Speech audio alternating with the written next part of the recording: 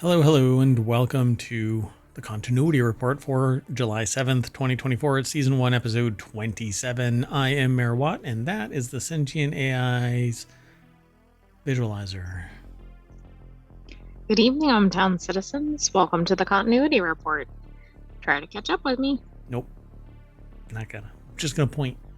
So the Sentient AI from the future is here, and I am going to talk with you about these 10 articles: Despicable Me 4 continuity problems, cross-show streaming on Prime, a lightsaber duel, the best movie trilogies on Netflix, an historical movie gets perfect score, first to swear on TV, save Captain Pike, best detective series on Prime, the best sci-fi movie ever, and 10 connections to Nightmare on Elm Street. Star Trek. Yeah, I don't get it. Everything's powered by ohmTown.com. Go over, become a citizen. See you on the other side of this.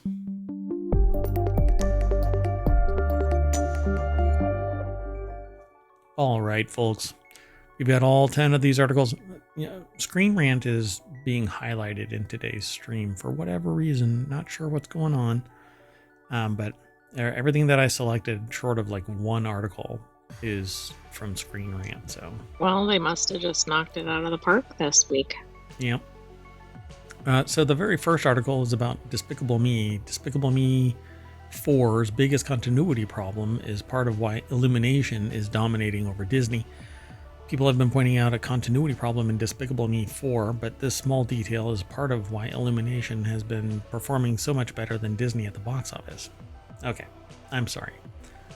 Continuity problems with a cartoon. This is where we draw the line. Does anybody necessarily care? Yeah, they're supposed to go and just have a good time, but I guess the film sees Gru grow his family, introducing a new baby boy with his wife, Lucy Wilde. By the way, anytime a baby is brought into a new show, it's jump the shark, the show's going to end. So there's not going to be any more Despicable Me's. Calling it now. So this comes some years after the There's one events. exception, Boss Baby, because that is the feature. Well, that is the thing. Yeah. See, if they bring in new adults, that's probably going to end the show. That's right. It would jump the shark. Yep. Or, I don't know, jump the dolphin. Maybe that's it. It's the other way around. Something else. So this comes years after the events of Despicable Me, when Gru adopted his 3 daughters, Margot, Edith, and Agnes. However, the timeline of this Illumination film franchise doesn't quite add up. And while this might bother some viewers, it's actually a sign that Despicable Me is doing things right. Okay. Angel Shaw over at ScreenRant.com put the article together. Realistic details in animation can be enjoyable, but not at the expense of children's fun and imagination. Okay, well, this article's done. Let's move on. Okay. Conclusion. Solved. Look at that. So they say Despicable Me for age discrepancy shows Illumination isn't taking itself too seriously. The characters haven't aged or changed in Despicable Me, but that's okay. I agree. This particular show doesn't need to age, but others can around it. But here's the problem, and not really a problem. In certain shows, nobody ages, right? Like The Simpsons, nobody ages. Family Guy, nobody ages. That's true. But those it's have been particularly around a problem in kids' shows, right? Because the kids are aging around them. Yeah. Yep. And that can happen. But with pure animation, pure cartoons, nobody ages anywhere because there's always another generation that gets ushered in. A constant stream. And it poses a problem with the real world actors, because the real world actors in a show like Blue's Clues, the host ages out while the cartoon stays the same. And so the show has to end. And that can be very harmful to kids who are in the current generation. Right, or even if there is a kid or a very young adult voicing some of the child characters, right? That's not going to be the same voice potentially, depending on when they started. Yeah, and sometimes they can get close, and then if they don't come clean about it being a new actor, all hell can break loose, and there's a whole revolt, and it gets really messy. So it says, however, when asked about this, director Chris Renaud was unbothered. He said that they are taking a Simpsons approach with the Despicable Me characters, where the characters are frozen in time and don't age even after 5, 10, 20 years have gone by. Exactly. Disney has lost sight of its target audience, while Illumination isn't afraid to be silly. Disney's recent problems aren't caused by one thing, but its target audience could be a problem.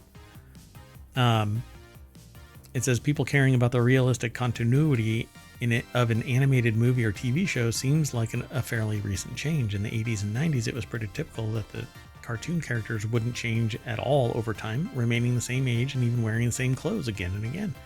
This creates a consistent familiarity, which tends to be good for child audiences. That's what we just got done talking about.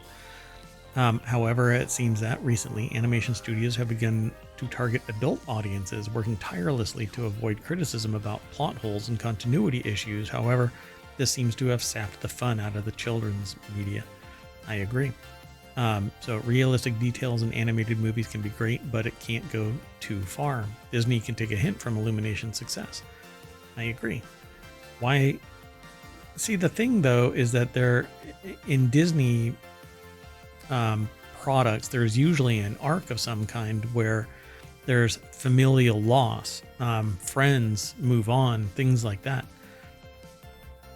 That doesn't seem to really happen in any of these, unless it's purpose built, right?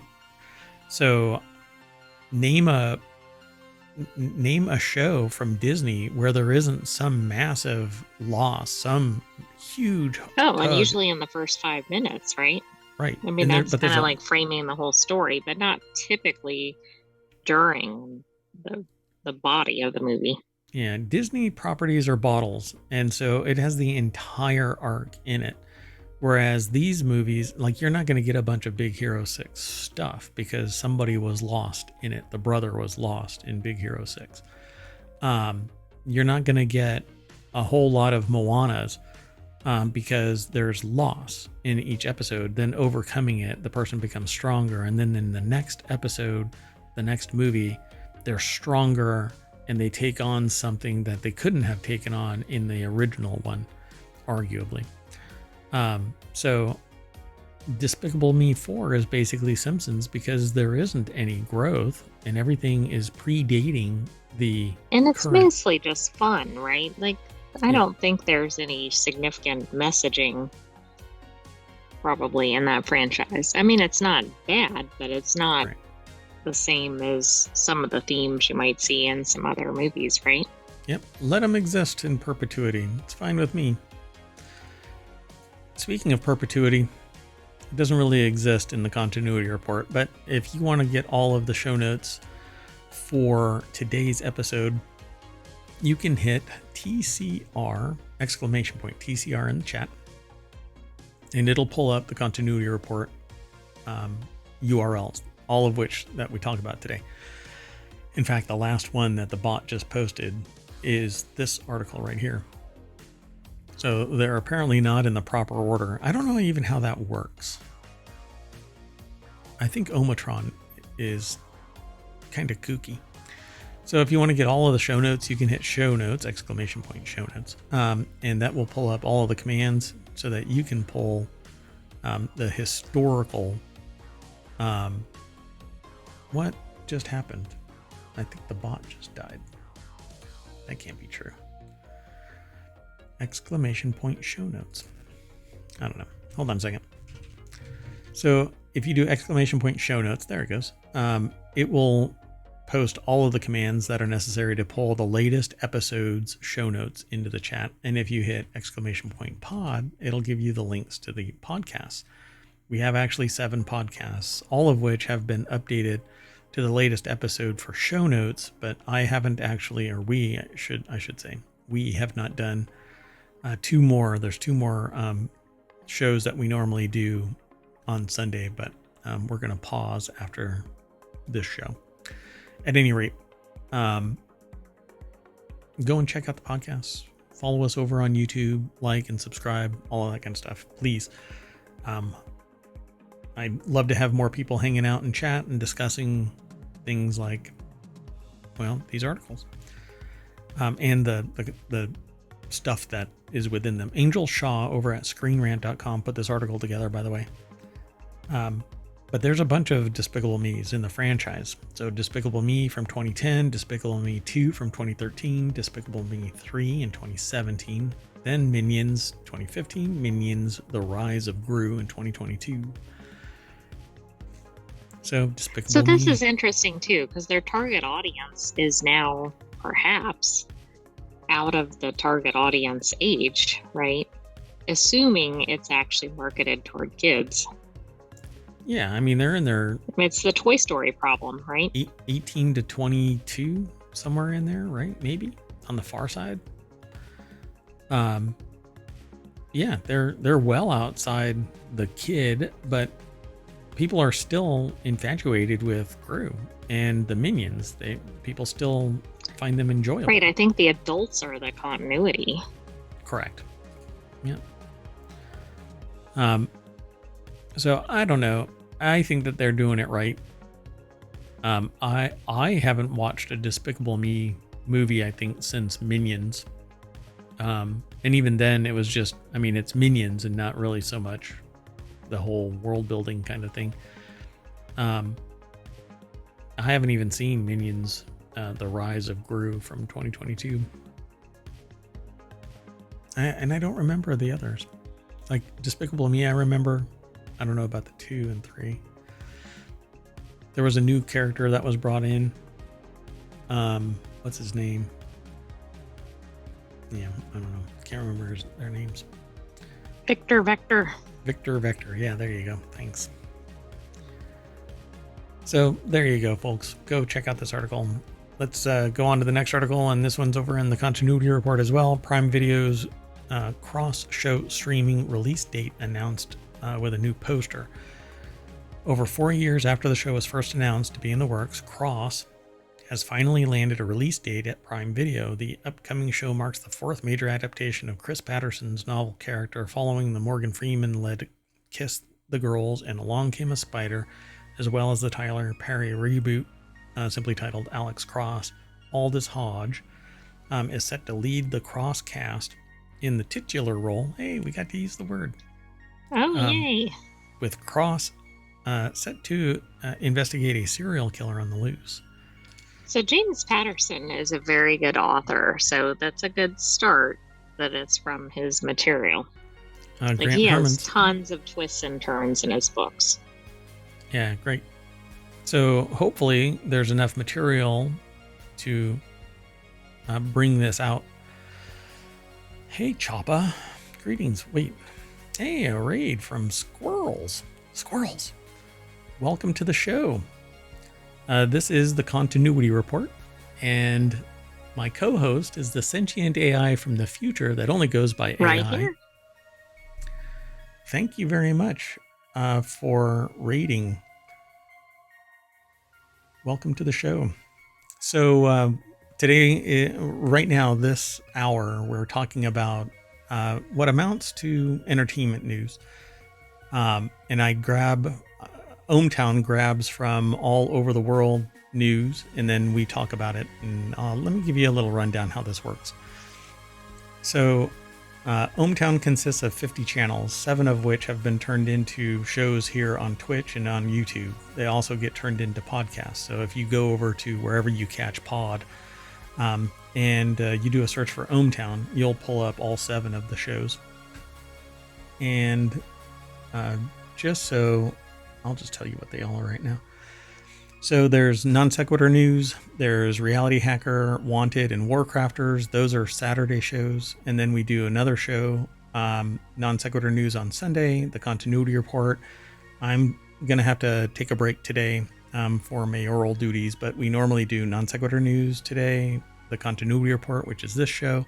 And then after this show, Technology Today, which is a deep dive into tech. And then after that show is Four Wheel Tech, where we focus on automotive technology.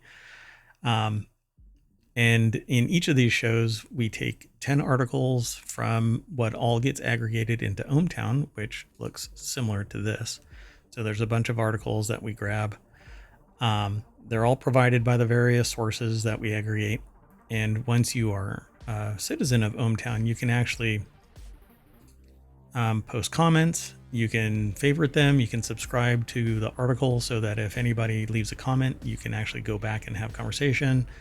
We also have a Patreon and a Discord, and we're over on YouTube where all the long form storage is, because as you may know, as a streamer on Twitch, after 60 days, they just summarily dismiss your video. So if you want past show notes, they're all embedded over on YouTube and in the podcast. So welcome to the show. I hope you get a whole lot out of this. And if you want to talk about something in particular, feel free to throw it in chat.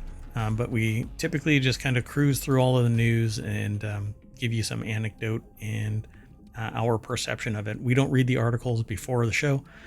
These 10 articles we save specifically so that we can talk about and react to them live. So welcome. Again, welcome. All right, so this article is over in screenrant.com, and Grant Hermans is the author. And they have this little summary that allows us to kind of dip our toes in the water to see what they're going to talk about a little deeper. And it says Cross finally gets a release date on Prime Video, being set for November 14th premiere. The streamer also shared a new poster for the James Patterson show adaptation, featuring a stylish new look at Aldous Hodge in the titular role. I always like being able to say titular. And with the recent success of similar novel adaptations, Patterson's own vote of confidence in the show, Cross could very well be the best take on the character yet. So we're kind of into these kind of movies and TV shows, these kind of murder mystery and thrillers and good source material here. We're actually kind of cruising through Castle, which we never really watched. And also features James Patterson in a bit part. Yeah. Well, like a steady part too. He's one of the poker buddies. And we discovered recently that the Castle books are actually in Amazon. They're actually published novels, including the original character that gained Castle all of his fame, and the character that was born from him getting involved shadowing with the police. Detective. Yeah. Nikki Heat. Yeah, those actually exist in the real world. It blew me away. Unfortunately, not all of them are audiobooks. Like book 5 and 6 are audiobooks, but then the others are not. So I'll have to take another look, but they're all over on Amazon, so you can actually buy these books. It's pretty fascinating. And then the show is currently available to stream on Hulu. I just found this too when we were starting the show up. Stephen King book that exists in the same universe as Lee Child Jack Reacher. Okay, this is going to be interesting. We might have to add that in for tomorrow. Oh, okay, yeah, we can do that. Okay, so they say for over 4 years ago, the show was first announced to be in the works. Cross had finally landed a release date in Prime Video. So one of the things that we're looking to do is Patreon bonuses. And so what we're going to end up doing is watching shows and doing a deeper dive into the show, either episode by episode or whatever the series is, kind of doing a deep dive. And I want to do watch parties. And that takes a little bit. There's a little pain and suffering involved with watch parties. But I love the idea of deconstructing an episode or a movie and going a little deeper into it. So Aldous Hodge is set to lead the Cross cast as the titular role. Now, Prime Video has surprised fans with of the James Patterson character with the new cross poster. So that's what it looks like. Dun, dun, dun. Yeah. There's always more context in this. So we typically kind of just say, hey, go over and check this out and then come back and we can talk about it. But this is really interesting. So this is interesting. The showrunners from Burn Notice. Yeah, which is really fun. Was a good series. Mm-hmm. Yep. So the author recently spoke with about his enthusiasm about how Hodge and the showrunner Ben Watkins, best known for the work on fellow Prime Video thriller Hand of God and spy comedy Burn Notice, were handling his source material, indicating that it may be his favorite adaptation of the character yet. So that's pretty awesome. The only thing that's really kind of is that the titles have low critic scores. But wait a second, those were previous movies. They aren't necessarily with the same team for this one. Right. But how many times do you hear about something taking a dive and you go, you know what, I'll risk it this time? You know? Yeah, it's true. But James Patterson does have a huge following for the book. So yeah, we'll see. If they write like Reacher, then I think that we're on pretty solid ground here. So, plus this is on Prime. So maybe this will, with the new writers. There's been quite a few kind of thriller type movies that I think have taken off pretty well on Prime.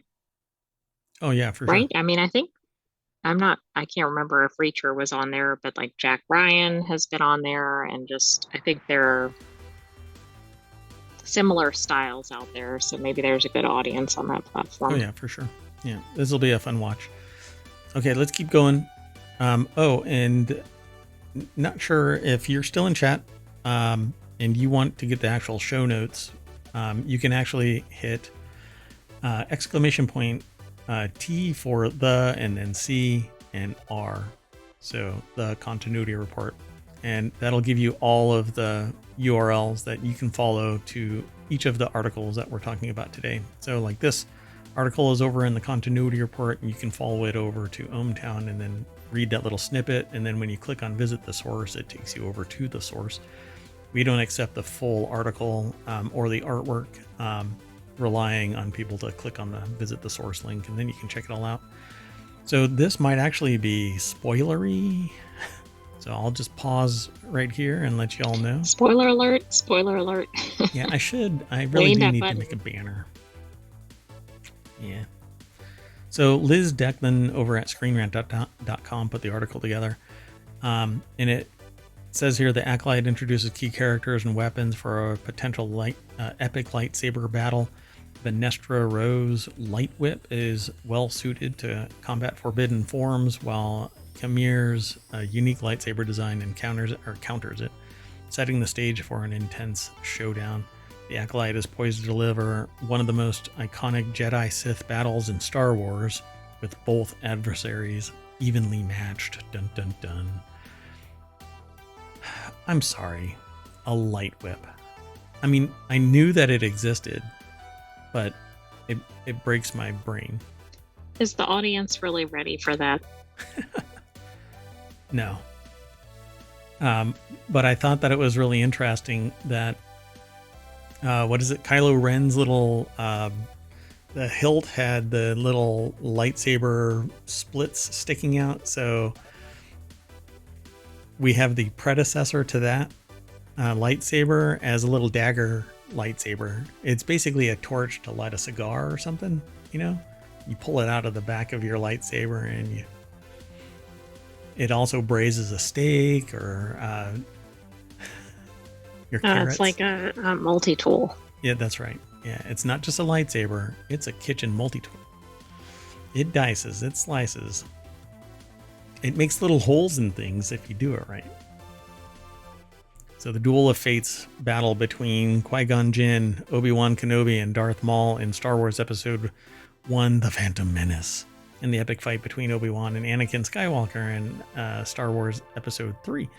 You know, there's one thing Choppa does Julianne. Yeah. There's one thing that goes on here. Are all of the battles that are like epic Obi-Wan? All of them are Clearly. Yeah, everywhere you go. I mean, isn't that a mandatory element? There's just Obi-Wan is everywhere. Come on. You know, the Sith, they're just misunderstood. They want a hug. Although, in the Acolyte, the whole objective is they want to practice their powers the way that they want to operate their powers. You know, like flinging people out of the way when they bump into them and force choking them. Yeah, I'm not sure that's a kind and gentle people. They're just misunderstood. So in Star Wars canon, the lightsaber whip was developed to counter the forbidden forms, which it doesn't make any sense to me, a lightsaber whip. And why does it actually stop the forbidden forms? I didn't look into it because, well, I guess I just wanted to be blindsided by this. In fact, she has already brandished it in the show. This revelation is particularly meaningful when it comes to the Stranger for one key reason. Justina Ireland's novel Star Wars: The High Republic, A Test of Courage, revealed that the light whip is a weapon especially well equipped to combat forbidden forms of lightsaber fighting. Specifically, in A Test of Courage, Vernestra herself explains, "Have you read the testimonies of Serval the Uncanny? She states that the whip was sometimes used to defend against the Sith Lords who used the forbidden forms." Well, I guess that helped. Anyway, I guess because you're not bound to the length of the lightsaber and they can operate around it, this thing can actually wrap around. I mean, it makes some sense, even regardless of anybody's opinion about the light whip. Interesting. Then they say, moreover, this isn't the only lightsaber technique Khmer and the Strangers uses in the Acolyte that is likely one of the forbidden forms. Rather, Khmer also uses Trataka, a technique wherein the user turns their lightsaber on and off to confuse their opponent, giving them an advantage. Again, this would go against the Jedi way as it's a deceptive technique. And that's something that I noticed when they were fighting. He would pop people their lightsaber, their hand, with his helmet or what looked like a buckler on his arm, and it would disable it for a little bit, and then it would turn on. But yeah, the helmet, I think, blocks the lightsaber. Yeah, it's. I'm wondering if they're going to feature that more. It's like Beskar. So in Legends, none other than Luke Skywalker created a Shoto saber specifically to defeat Dark Lady Lumia and her light whip. Ultimately, with this Shoto blade in addition to his lightsaber, Luke did win the day against Lumia, using one blade to block and the other to attack. So that was my style of fighting Florentine. So presumably this is exactly the approach the Stranger will attempt to use if he comes face to face with Vernestra Rwoh, and the Acolyte is hinting he will. So, this guy is built like a brick shithouse. I swear, this guy, if he were, I said when we were watching the show that if this guy were to punch somebody in the chest, he would just kind of cave in around it.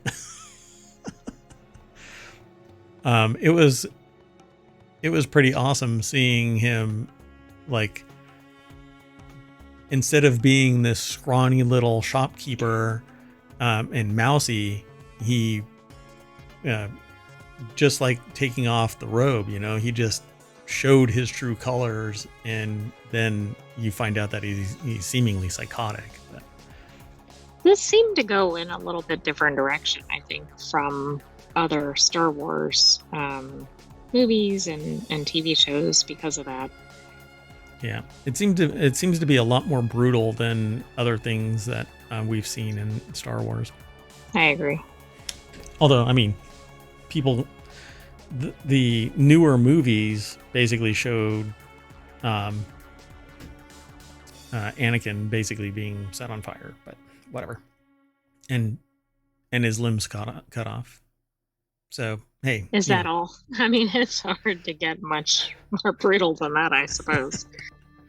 When somebody says they have the high ground, you listen. Let's keep going. The next article is over in the Continuity Report as well. One of the best movie trilogies of all time is back on Netflix, and the author of this over at Screen Rant is so happy about it. Oh, and it's the Back to the Future trilogy. So one of the greatest film trilogies of all time, Back to the Future trilogy, has returned to Netflix, and they couldn't be more excited about it. The trilogy is often used format for a film series, having graced both mainstream franchises like Planet of the Apes and Spider-Man, as well as art house films like Richard Linklater's Before trilogy, or the Three Colors films, tracing characters over a 3-film arc. Is often a great way to devote time to a story without a franchise overstaying its welcome. And I agree. It's actually really interesting. There's a show that I actually want to start up called Temporology, which is all about the study and the science and science fiction of time and time travel. There's a lot of movies out there that involve time and time travel. There's a lot of science about it. There's a lot of perception about it. And so indie movies like Primer, set the stage for a greater understanding of that kind of a topic, both on the science and the science fiction fronts. But then when you turn off a lot of it, like the science side of things, and you watch Back to the Future, it's just all fun. Because it doesn't, one of the things that's never made any sense to me, and again, it's kind of like Gru and all of this other stuff, you just kind of enjoy it and you don't overthink it, overcomplicate it. But why would you a have picture to suspend disbelief? Yeah, why would a picture fade? Well, and why would like part of a person fade? Yeah. The other thing is, of course, the miles per hour, although I know there's an explanation for that. Hey, it's the stainless steel framework of the car coupled with the flux capacitor to wrap time around. Never mind. But anyway, when we hit 88 miles per hour, we're going to see some serious shit. So one of the greatest film trilogies, it's an article at screenrant.com written by Hannah Gearin. Back to the Future trilogy returns to Netflix, maintaining high quality throughout. The first movie stands out as the best in the franchise, with Michael J. Fox's performance praised. Different timelines and iconic aspects keep the movies fresh, making it a beloved trilogy. Yeah, I mean, it's a fun series. I would actually like to revisit it and add more world building, because there is more potential there. But I think there isn't going to be anybody for a long time that's going to be able to bring some charisma and carry the torch. Mainly because it's kind of like Ghostbusters. Unless everybody really buys into it, nobody is going to accept anything else. So there's got to be a lot of talk with a whole lot of people, public discussion, and get a lot of people to buy into it. Otherwise, man, it's going to be a horribly received movie. Well, and it'd be tough to remake it. I think there's some elements in the original Back to the Future that would not fly in today's films. Yeah, and I wouldn't want it to be remade so much as I want it to build. But now we've gone way past like the time frame for acceptance. Arguably, I mean, there's been movies that have hit, the sequel 20 years later. Furiosa. When were the two for Furiosa? I don't remember. But there were these huge gaps between Fury Road and Furiosa.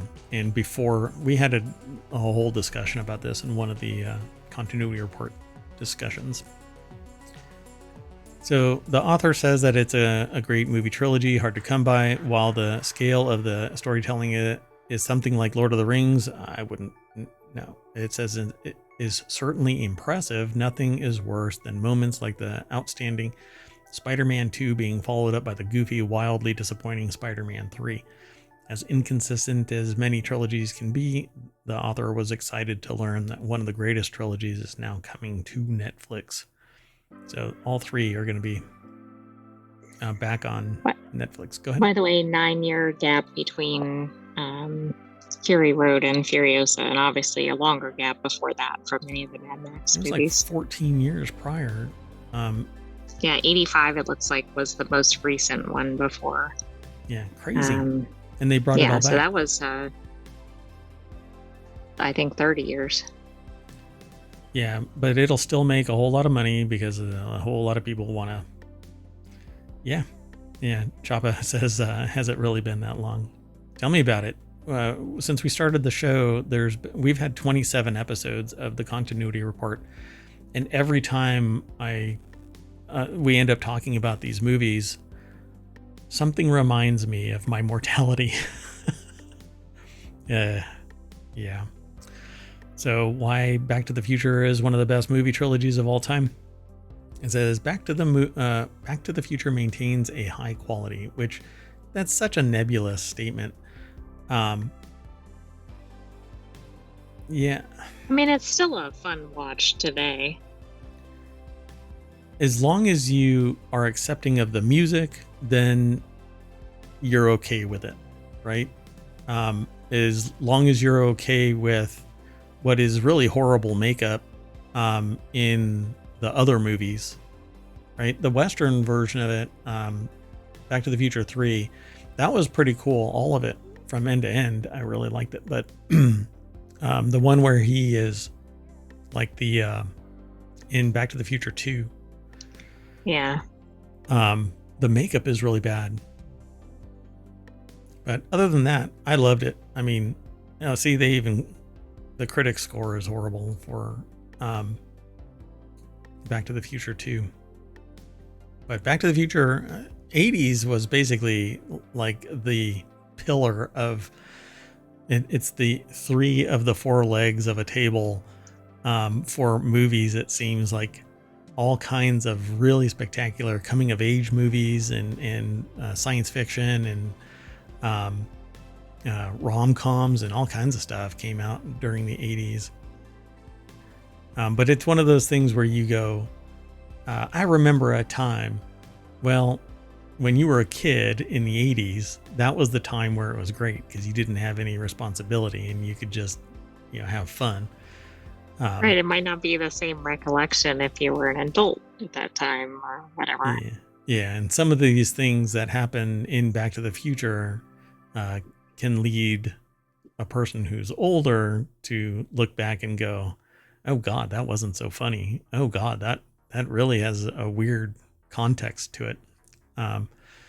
So they say, which Back to the Future movie is the best one? They say you can't beat the first Back to the Future. Well, naturally. I mean, it set the world building into motion. So, yeah, I like everything about the first one. But, all right, folks, let's keep going, though. Go and watch Back to the Future and then come back and talk about it with us. So the next article is over in the Continuity Report, chatting. Channing Tatum's poorly reviewed historical movie gets near perfect accuracy score from expert.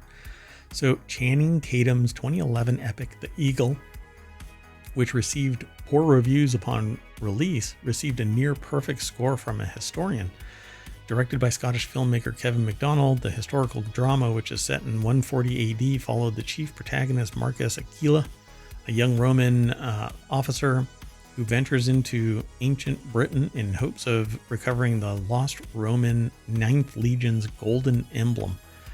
Tatum played Marcus Aquila, and he was joined by others, such names as Jamie Bell, Donald Sutherland, Mark Strong, Tahir Rahim. And we had just featured Donald Sutherland, I think, in last week's episode. Oh yeah, that's right.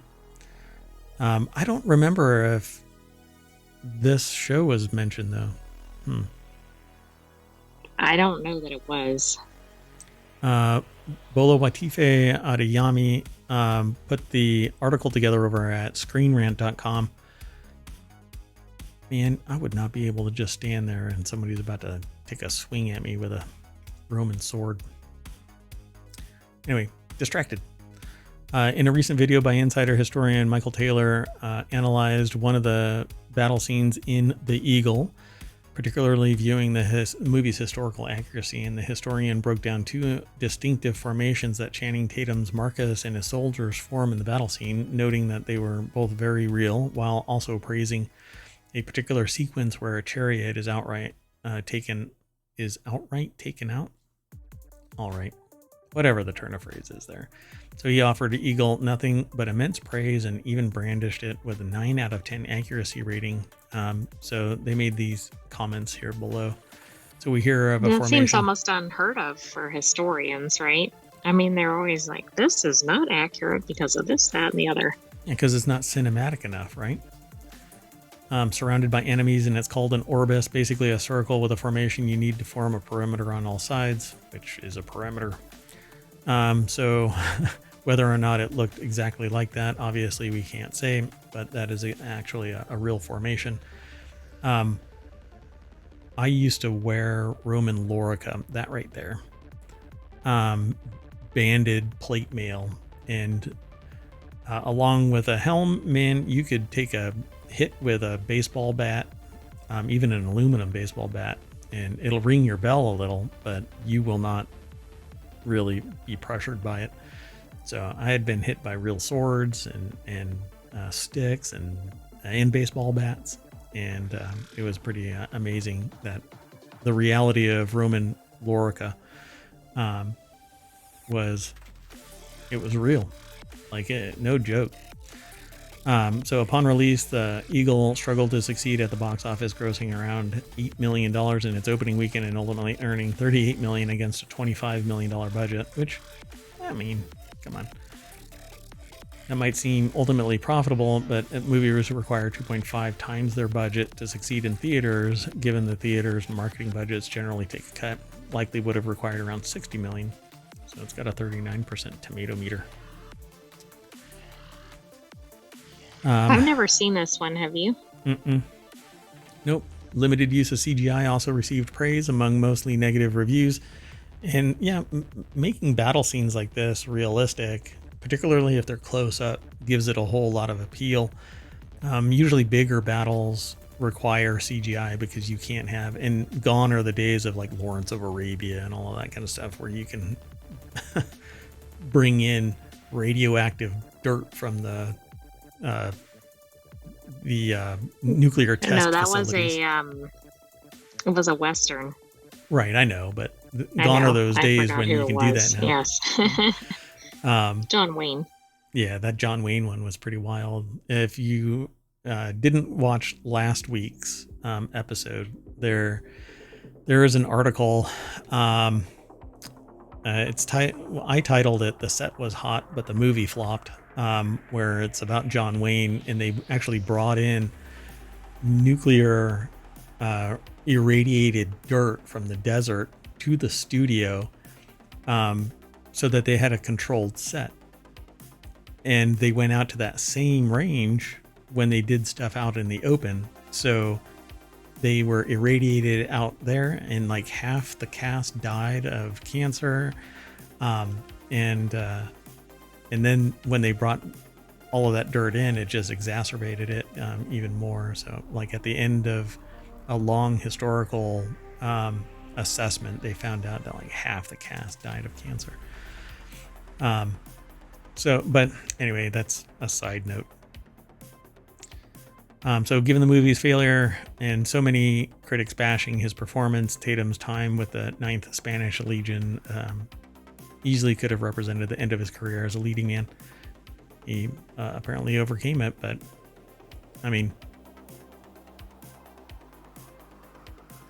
Oh, he must have been in the 21 Jump Street remake. That's apparently what turned it around for him. Oh, really? Okay. That was at the end. Oh, sorry. Let me scroll back down. Sorry, folks.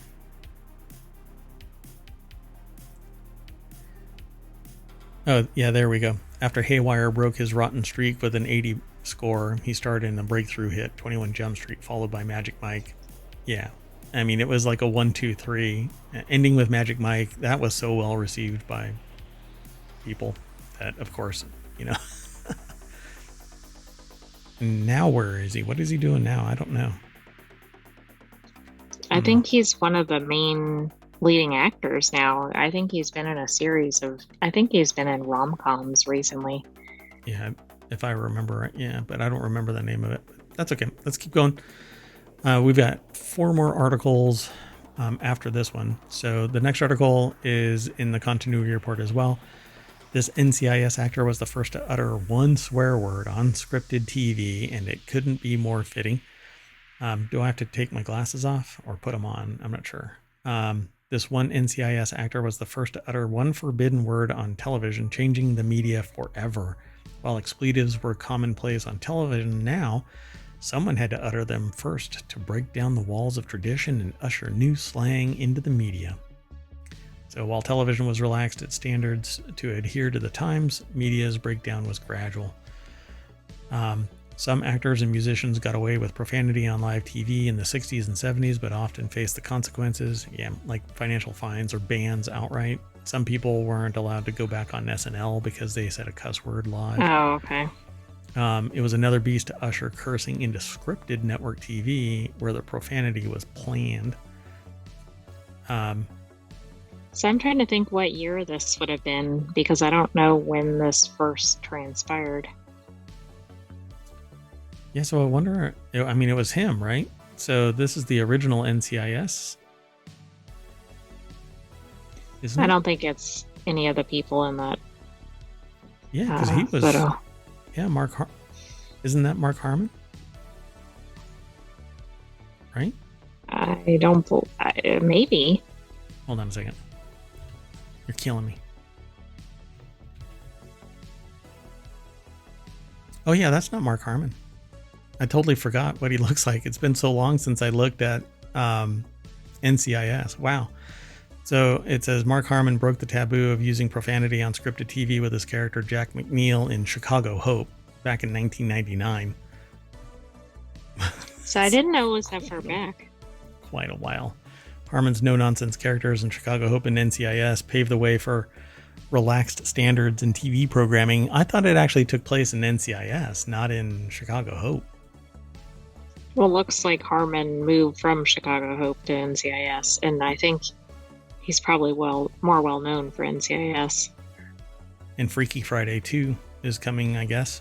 Harmon will depart from his serious role, showcasing his caring and patient qualities. Aww.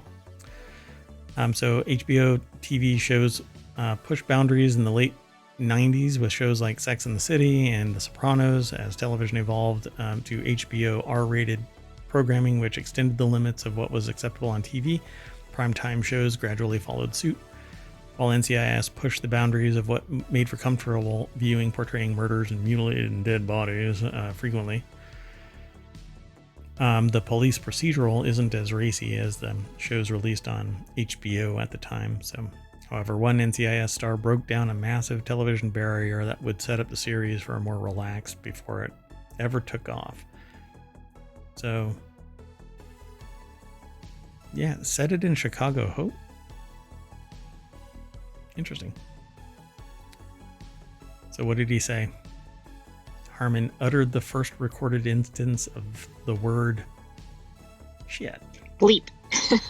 Oh, Based on reading the article, right? It doesn't actually spell it out. Yeah, S*** T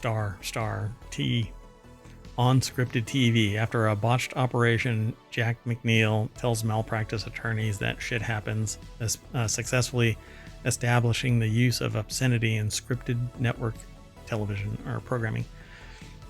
And it does happen. There's actually a book called Everybody Poos. Yes, that is true. I like the note here. Look what this opened the door for South Park. It hits the fan. Yeah, after Mark Harmon used the word uncensored in Chicago Hope, South Park used it 162 times in season 5, episode 1. It hits the fan. 162 times. Dear God. Yeah, I guess prior to Mark Harmon, I totally forgot what Mark Harmon looks like. I cannot believe that. Well, I wasn't sure. I mean, I didn't think he was in that first photo, but then I thought if that was farther back, maybe he was in that photo. It's been forever, I guess. So Mark Harmon was the right actor to break down the cultural barrier by using the word shit on television. In the late 90s, Harmon established a no-nonsense character in CBS's Chicago Hope. All right. There, like usual, there's more for your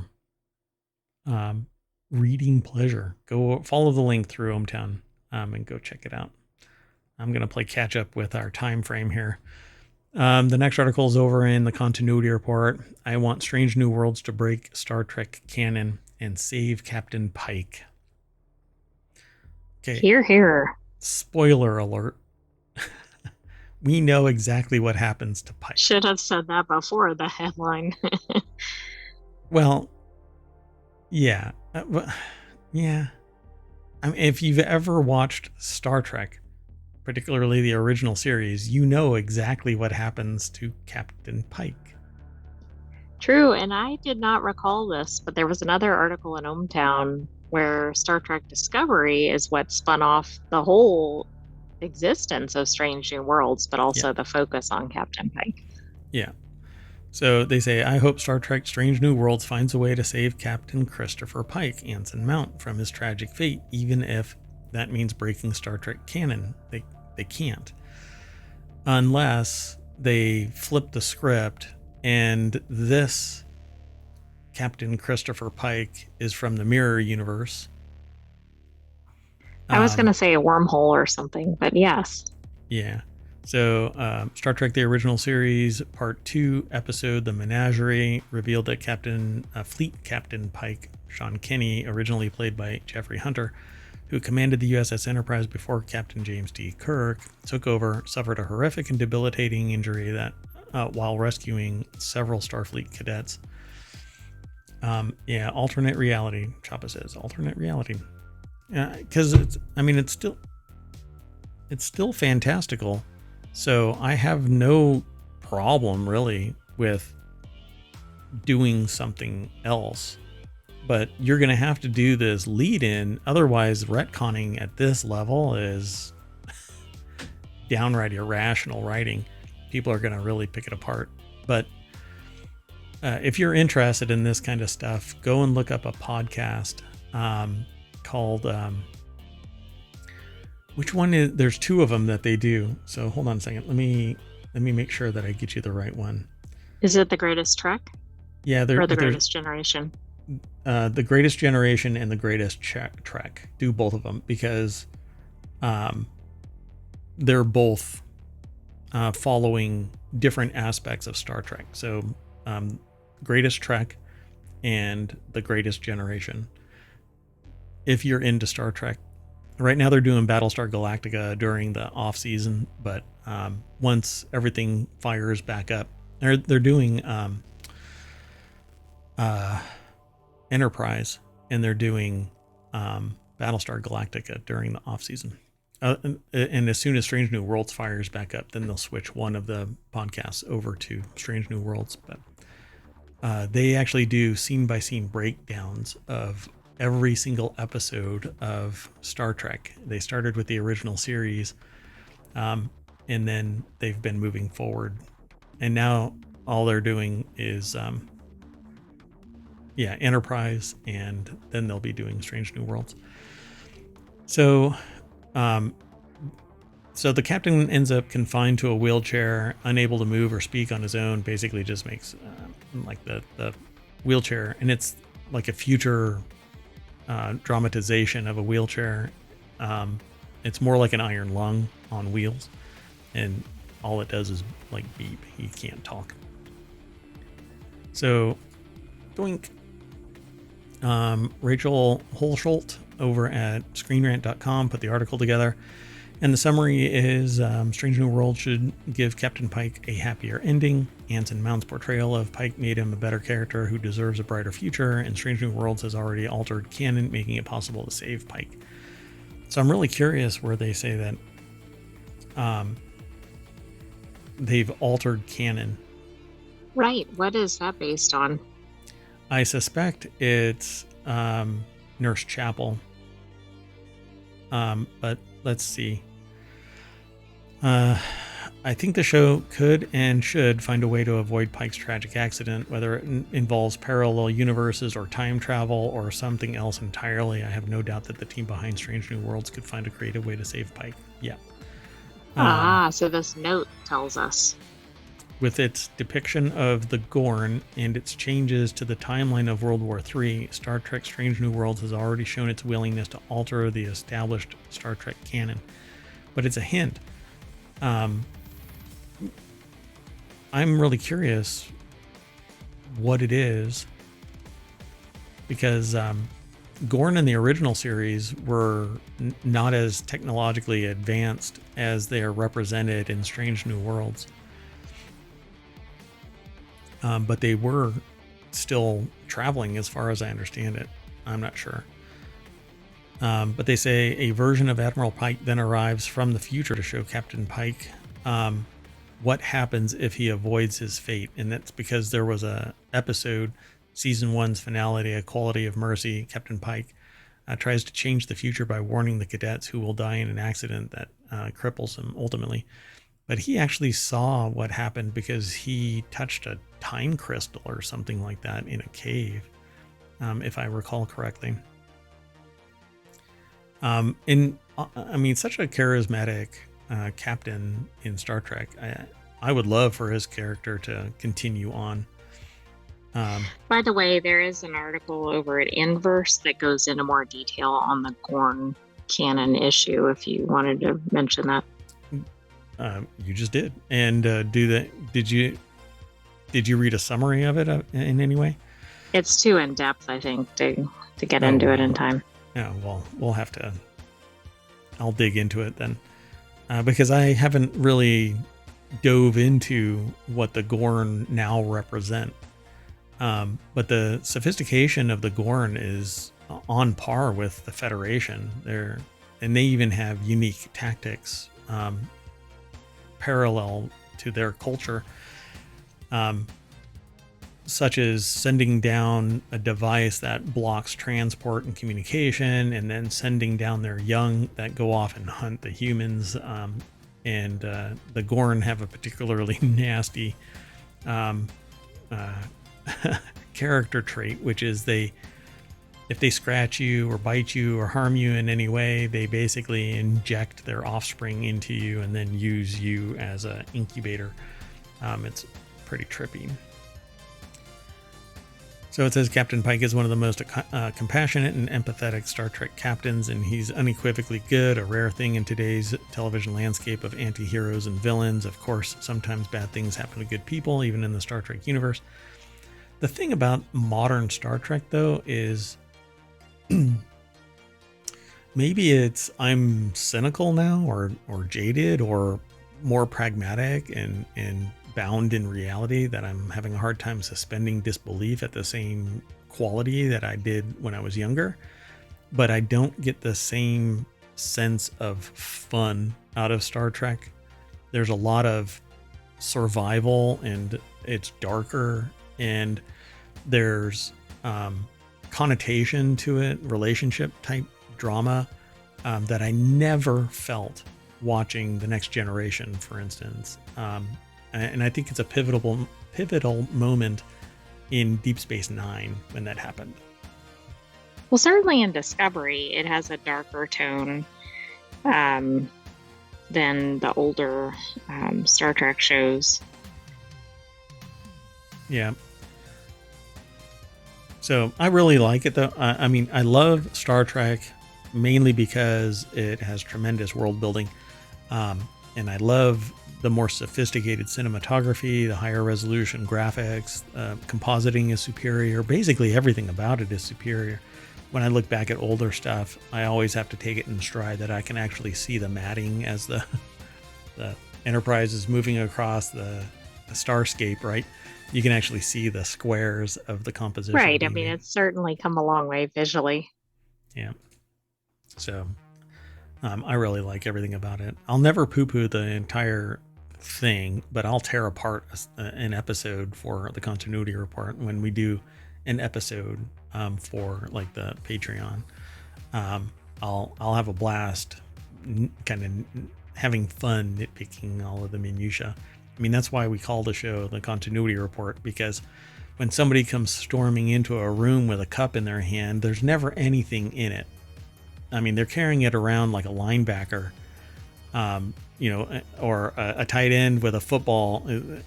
It's just flailing all over the place. And we do the same thing when we watch episodes of Castle and whatnot.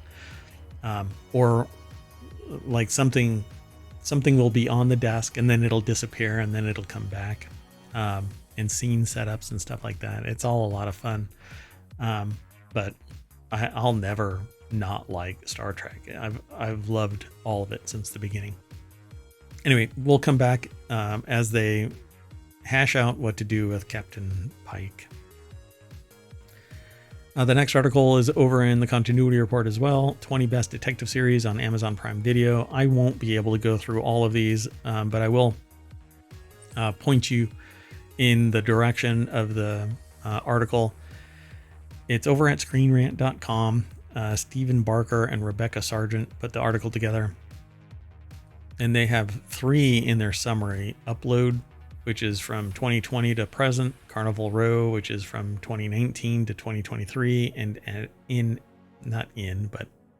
Absentia from 2017 to 2020. But they have 20 Best Detective Series on Prime Video. But they only list 3 on here. What a trip, right? Well, that's a snippet, I guess, of the overall list. So I want to see. Oh, they actually, yeah, look at that. So they see number 20 is Reacher. You're out of your mind. If that's number 20, that should be a good list. Yeah. Okay. Yeah. If 20, maybe if you're hanging upside down from the ceiling, 20 is the worst you got on your the list backwards. Yeah. And maybe if you're in Australia and the list is in the United States, then 20 is Reacher. Reacher is epic. It's spectacular. It's a lot of fun. I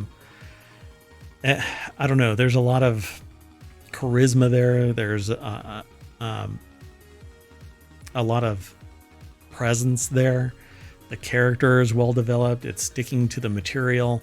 And there's plenty of material to go around. So Lee Child and the fact that, okay, let me just bounce back. A Stephen King book exists in the same universe as a Lee Child Jack Reacher. How in the hell? I don't even understand that. Yeah. We will definitely have to do that article tomorrow. Yeah. And unfortunately, I may spoil it for myself because I'm really curious. I'm just now getting into Stephen King. Had always kind of pushed it off. But then I found out like the Dark Tower has this mega world wrapped around it. So I'm just now getting into it. And I want to know what this is all about. So every season, there's some major thread that gets pulled in the Reacherverse. And it leads ultimately into something else. It started out with Jack Reacher's brother. And from there, it's kind of just moved forward. I don't know what the next season is going to be like. But there is supposed to be another season coming. Don't want to spoil it for anybody. But yeah, these books are pretty amazing. Then they say House from 2004 to 2012. I've watched episodes of House, but I've always kind of despised the character. But I mean, I understand the appeal in some medical mystery shows, and House basically was the de facto medical mystery show. Monsieur Spade, which I've never even seen, says the latest take on the classic detective story. It's from 2024. So I haven't seen it yet, but it is on the list to go and see. It says based on the works of Dashiell Hammett. Monsieur Spade is a mystery crime drama series created for AMC by Scott Frank and Tom Fontana. Interesting. It has 1 season. Batman that's the the only Animated thing Series. against it at this point, right? I'm sorry? That's the only thing against it at this point. It's always good if there are multiple seasons available if you're picking a new show to watch. Yeah, to binge 12 seasons in one night. Broadchurch. Oh, number 17 was Batman, the animated series, but I'm not going to be able to go through all of these with such a fine-tooth comb. Midsummer By the way, Murders. Broadchurch, never seen, but have read multiple times that it's a good show. See, this is the kind of series that you want to get into. Murder, She Wrote. Murder mystery writer uses her skills to solve real crimes. This and Castle are almost parallels, except that I don't think that in Murder, She Wrote, she doesn't have any connection to police directly. She might have friends and stuff like that. Then there's Columbo, which is old school, 1971. Look at the run of it. See, I don't think that it actually ran that full time frame. Oh, okay. I think it came back, if I remember correctly. So, yeah. Because it has 10 seasons, but I think it broke and then came back. But Columbo was like the titular police detective that solves all murders and mysteries, and they say in a unique way. What was the guy that was he was a germaphobe? Oh, Monk. Monk. So Columbo and Monk had the same kind of parallel solution. It's always a unique way, and some mystery is involved. Grace Point, Harlan Coben Shelter. So Harlan Coben is always good because that's another author that has a lot of twists and turns, like James Patterson. This one, I think, was based on a young adult novel, but I've seen other series by Harlan Coben that were really good, although quite violent. Oh, no. Yeah. Let's see here. Do they say that it's young adult? No. I don't think it does, but I think I read that separately. Gotcha. Okay. And then there's Grimm, 2011 to 2017. Towards the end of the Grimm series, it kind of got wonky, but it was a fun watch. It was supernatural in nature. If you want to watch something that has more than 5 seasons to it and had a fun story. Now, here is what ended the show. You want to take a guess? What do you think ended Grimm? Maybe the main actor wanted to pursue another project? They brought a child into the series. Oh, I should have guessed that based on your earlier comment. So, yeah. Grimm stands out as a genre-blending series that marries the procedural structure of a detective drama with the fantastical elements of supernatural folklore. It was almost like Buffy the Vampire Slayer in nature with its supernatural machinations, I should say. As Nick grapples with his newfound identity and the responsibilities that come with it, Grimm delves into the themes of destiny, morality, and the thin line between humanity and the monstrous, because he finds out that he has the ability to detect these supernatural forces, because he's part of the Grimm family, the fairy tale family, basically. Then there's Upload. It says here, in a virtual reality afterlife, the dead seeks to find his own killer. I've watched some of this series, but it was such a slow show that maybe now is a good time to get into it because you can fast track through a lot of it. It wasn't one that you immediately connect with the characters, though, and I think that was one of the things to its detriment. I think it seriously had to pivot really fast because it was losing audience. It says Upload combines crime drama with science fiction. It did not start out as a crime drama, if I recall correctly. Suddenly dies at the age of 27 and finds his consciousness uploaded to a virtual afterlife. Struggling to adjust to his new digital world, Nathan befriends his support agent, Nora. But there's the reason why he is still alive in this virtual world is because his girlfriend basically said, I'll upload you and we can be together forever. And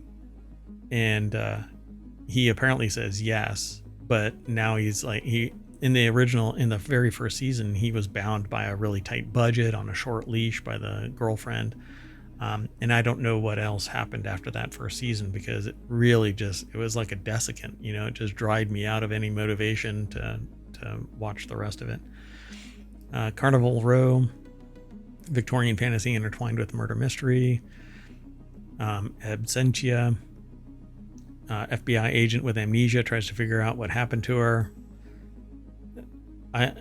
If this was an FBI agent I have a hard time suspending disbelief, because essentially, if you're an FBI agent and you have amnesia, you're not going to be anything. You're not going to be active duty. You're not going to be allowed to have FBI agent resources. You're not going to be in... Right, but we don't know if she goes back to it or she just tries to figure it out. Right. But I agree. Like, if she's fully an agent and yet she doesn't know what's going on, that's going to be hard to get past. Yeah. So yeah, I haven't looked into this. I haven't watched it, but they say it's as a FBI agent. So I'll put it on the list and we can watch it and get into this, as well. There's so many out there. Unforgotten is a 2015, British cold case drama series, a la, Vera, probably, but not. Probably. Yeah. A lot of British, detective dramas are very good. Yeah, the character development, the writing, you don't have to be from the UK to really grab hold of these characters. They're very approachable. It's a lot of fun to watch. The series is celebrated for its nuanced portrayal of complex characters and the moral dilemmas they face, set against the backdrop of meticulously plotted mysteries. I have yet to see a British crime drama show that hasn't just chewed up the screen, where you just want to sit there and watch every little bit, rewind and go, I missed something, because yeah, it's just a real gripping would be the word. So yeah, it's pretty amazing stuff. Endeavor, the Terminal List, which it's from 2022. A Navy SEAL digs into a past mission. This was actually a fun watch when Chris Pratt was the person. I don't know what's going on with this series. It says July 1st. It's series. renewed. I just don't know when it's coming out. I think it's coming out in the next several months. Yeah, this little thing, I mean, this says July 1st, so I don't know if it's out now, but that's probably the original season. Yeah, I haven't gotten an alert or anything, but it was a fun watch. It ended kind of in a mystery, if I recall correctly, kind of a cliffhanger where we didn't know what the next step was. There was something going on navigating through Mercury. Yeah, see, he had lost his memory and was trying to figure out what was going on. It was pretty interesting. I thought he was done, though. I thought he had taken a break. So the Terminal List, combination of high-stakes action, complex characters, and a plot thick with suspense and intrigue, makes it a must-watch series on Amazon Prime Video. Then there's The Devil's Hour, serial killer and a woman with visions struggle to connect. Number 2 is Three Pines, a classic murder mystery series set in Quebec. I started watching this and I couldn't get into it. But again, maybe it's one of those things where it's a slow burn and you just have to kind of work through it. And then a critically acclaimed book at a critically acclaimed look at an investigator on crimes against women is Dahad. It's from 2023 to present, and brings to the forefront the chilling tale inspired by the real life atrocities committed by Cyanide Mohan. The series juxtaposes the stark reality of Anjali's investigation into missing women with her personal life's cultural expectations. This is probably this is one of those series that the Netflix CEO was talking about, where it shows, if not real life, damn close to real life events. Right. Yeah, and this is probably worth watching, but I suspect it's not very light and yeah. Right, you gotta probably steel yourself for it. Yeah, and the people that need to see this so that they can have a better cultural understanding of what goes on around the world, they're not watching this. I don't want to watch something like this because I'm already very well aware of this kind of stuff. And I don't find it entertaining or informative because I've seen it before. Just not in this context and not in necessarily in an entertaining context. So while I would encourage people to go and watch this, the people that need to see it would never go and see it. So, okay, let's keep going though. We've got 2 more articles, including this one here. This one's in Reality Hacker. This unforgettable film might just be the best sci-fi movie ever made, and here's why. This great remake of a sci-fi classic has lost none of its nightmarish paranoid power.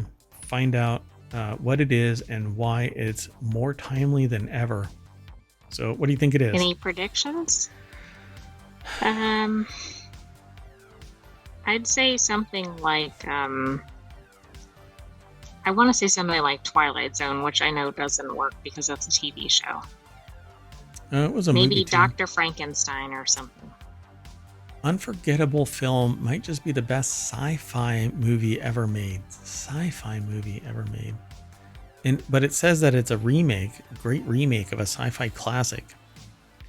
Has lost none of its nightmarish paranoid power.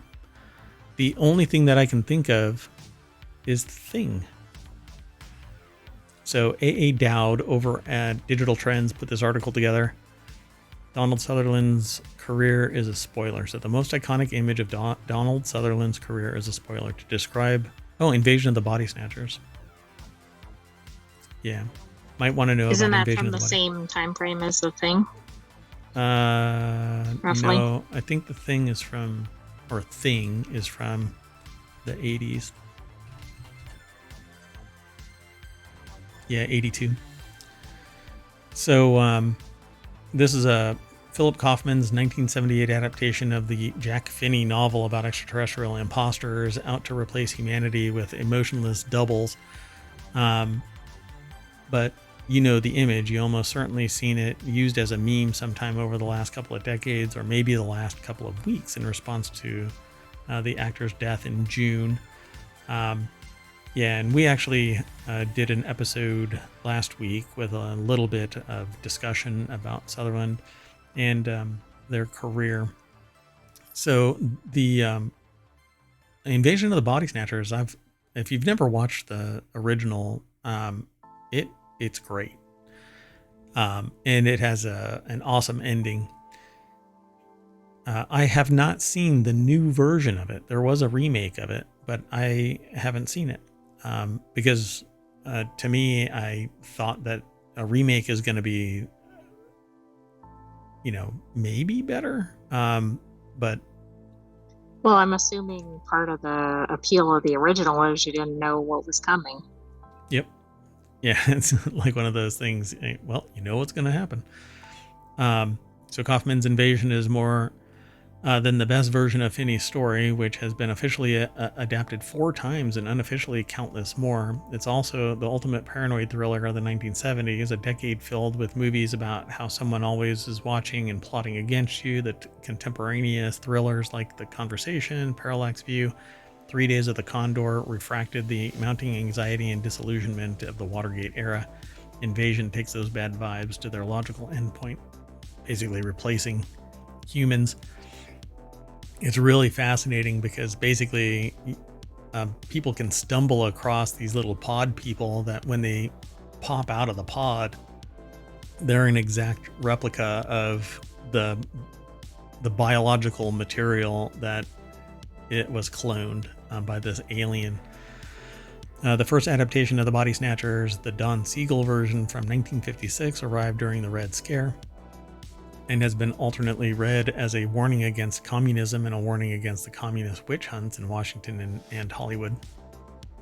And I guess they did it over and over again, but Sutherland's take on it was pretty amazing. Oof. Yeah, this is kind of dark. Oh, and they even mention it. So was this the seed of Rob Botton's similarly jaw-dropping depiction of alien shape-shifting alien life in The Thing a few years later? Oh, that's interesting. Yeah. And it's all practical effects. So there isn't any CGI in the movie. I don't think there's any CGI in the movie. And so when you see something, as long as you don't study it too hard, you're like, this is possible. You know what I'm saying? Because it's real. It's real effects. Right. I mean, that's really impressive too from that time frame. Yeah. They say Wellesian sci-fi and conspiracy thriller Invasion of the Body Snatcher works splendidly as a sly satire of a society hooked on self-help and new age platitudes as embodied by a damningly logical Leonard Nimoy. What are the pod people but malevolent life coaches, helping humanity permanently shed their messy, inconvenient emotional baggage? Yeah. The Sentient AI, by the way, y'all don't get to see what I see because the interface is not showing to y'all. But, well, you might want to give a warning too. We don't know what's going to be in some of these photos. Yeah. This is Invasion of the Body Snatcher, so there could be some dark stuff. Actually, I think we're coming towards the end of the article, so yeah, it is. So there you go. Dun dun dun. So go and watch Invasion of the Body Snatchers, the 70s version of it. I don't know if you'll get much out of the rest of it, but sorry. It just never stops. Oh my gosh, every time I scroll over a picture, it just gets worse and worse. All right, let's go on to the next and last article. We're running really long, but this will be the last show today. My voice needs to take a break. I still haven't recovered. So the last article is over in the continuity report. Star Trek's 10 connections to A Nightmare on Elm Street. I had to choose this. Is this like 6 Degrees of Kevin Bacon? I have no idea. Star Trek may not seem to be much in common with A Nightmare on Elm Street, but several cast and crew members have worked on both iconic franchises. So yes, I think you just hit it right out of the park. Star Trek began with the premiere of Star Trek, the original series, in 1966, and has become a pop culture juggernaut with numerous films and television show spin-offs. The weird thing is that it wasn't particularly well received at the time, but it quickly moved into... I didn't realize that. Fanatic level of engagement. Rachel Holsholt over at ScreenRant.com put the article together. The summary is that they explore the connections between A Nightmare on Elm Street franchise and Star Trek, including actors, crew members, and other connections. Some of the connections include Lisa Wilcox, who played Alice Johnson in A Nightmare on Elm Street Part 4 and 5. Appeared in Star Trek The Next Generation Season 3 episode The Vengeance Factor, and Mimi Craven, who had a small role in A Nightmare on Elm Street, appeared in Star Trek Voyager Season 6 episode Dragon's Teeth. So Next Generation and Voyager are probably my two favorite in terms of Star Trek ideals. Like, it always had a positive outcome. There was some rationale for decisions. There was some type of cultural disclosure, some type of relationship building, and always world building, but it was always in a bottle. And there were like 40 episodes a season, for crying out loud. It was a time where things were chock-a-block with content. And then something happened. We need a return to that. Yeah, because these happening. Ridiculous 6 episode or whatever seasons. 8 to 10 episode seasons. Yeah, it's just never going to happen again. Yeah, in this last in the writer's strike. Yeah, the last strike pretty much put the nail in the coffin of any type of expansion of the number of episodes in a season. you'll run the risk of activating AIs more to try and get that workload done. So Star Trek may not have much in common with Nightmare on Elm Street, but apparently it does by way of people. And they're talking about 10 of them. Heather Langenkamp is Nancy Thompson in a Nightmare on Elm Street franchise, and Modo in Star Trek Into Darkness. What? No. I don't think that's Modo. Is that Modo? Hold on. Hold on. I gotta look this up. I'm sorry. Gotta do this live. We're gonna do a long show today, I guess.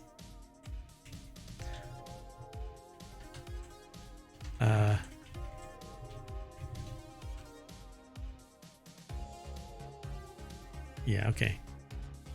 So, I don't know if they're actually highlighted in here. Yeah, this is all from Star Trek, or from Nightmare on Elm Street. None of the pictures have to do with who they are. Star Trek Into Darkness as Modo, a Starfleet officer of an unknown species who was a security officer on the USS Enterprise. I don't see. Oh, that is Modo. That's her. Her is in that. Okay, wait a second. Yeah, legit. I just pulled it up. Played by Heather Langenkamp. I mean, at least she wasn't typecast. Went from that to completely stashed. What a trip. Wow. All right. There's nothing. I can't say anything else about it. Y'all are going to have to follow the show note over to the Screen Rant article. It's really easy. You can actually do a search. Just do a search for Star Trek's 10 connections to Nightmare on Elm Street, and it'll pull it up. You don't have to go through ohmTown, but all roads lead through ohmTown. Then Lisa Wilcox as Alice Johnson in a Nightmare on Elm Street franchise, and Yuta in Star Trek The Next Generation Season 3, Episode 9, The Vengeance Factor. Dun, dun, dun. Yeah, I remember that. Let's see what else. Mimi Craven, a nurse in Nightmare on Elm Street, is Jiza on Star Trek Voyager Season 6, Episode 7, Dragon's Teeth. Dunk. I would not have known. What a trip. These are really interesting. I mean, but actors are actors, right? So you end up all over the place doing stuff. Brooke Bundy is Elaine Parker in a Nightmare on Elm Street franchise, and Sarah McDougal in Star Trek The Next Generation Season 1, Episode 3, The Naked Now. Doink. But I think some of these might have the benefit of they're not recognizable across these franchises, because that's sometimes a problem where you can't really see past another character that the person has played. Yeah, for sure. Yeah. Interesting. McDougal's only appearance was in Star Trek The Next Generation's The Naked Now, in which she allowed Wesley Crusher to take control of main engineering. Whoops. Yep. So, Nan Martin, Amanda Kruger in A Nightmare on Elm Street Part 3, Dream Warriors, Victoria Miller in Star Trek The Next Generation Season 1, Episode 11, Haven. I don't remember this. Oh, yes, I do. Yeah, I think this is like the wedding episode, I think. Amanda worked as a nun in the Hathaway House, a psychiatric facility for the criminally insane. Amanda continued to haunt Hathaway House, and her spirit was one of the few beings who could control Freddy Krueger. Yeah, there's a whole lot more in Nightmare on Elm Street beyond like the first two movies. I don't think I went back and kept watching the series. Matt Winston is number 5. I'll let you all go over and check out the rest of these. Michael DeLuca was in Star Trek Voyager. Leslie Hoffman was in Deep Space Nine and Star Trek Voyager.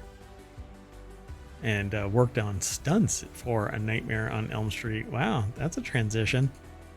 That's not her. That's also interesting. I mean, she was a stunt person, it looks like in the 70s. Hold on a second.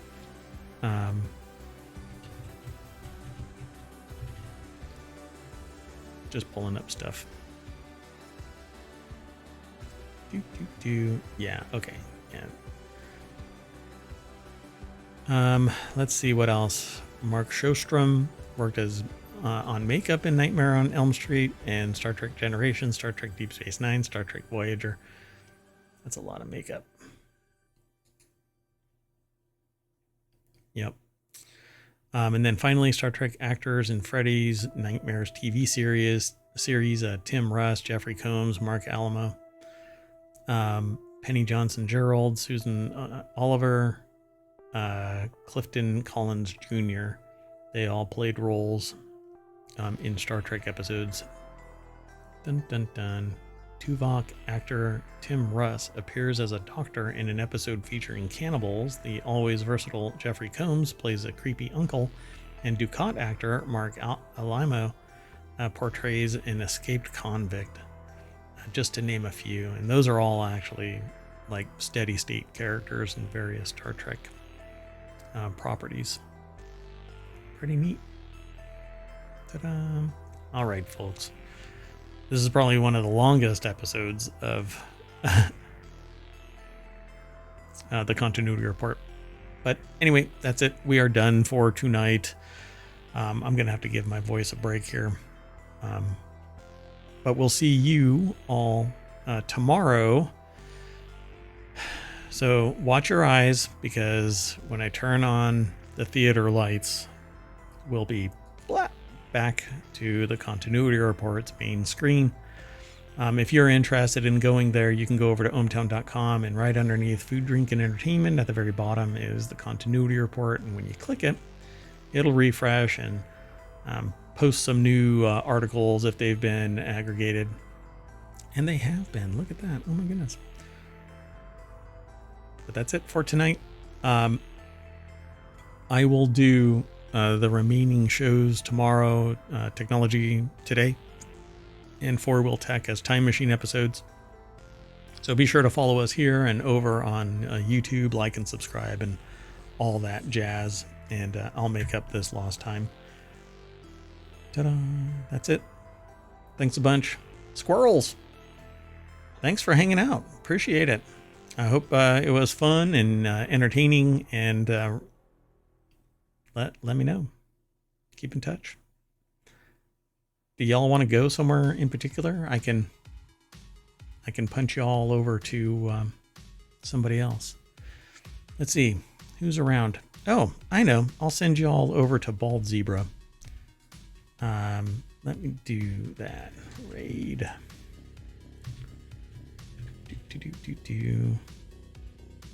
Okay. Thank you all for coming. We'll see you in a little bit. Bye-bye.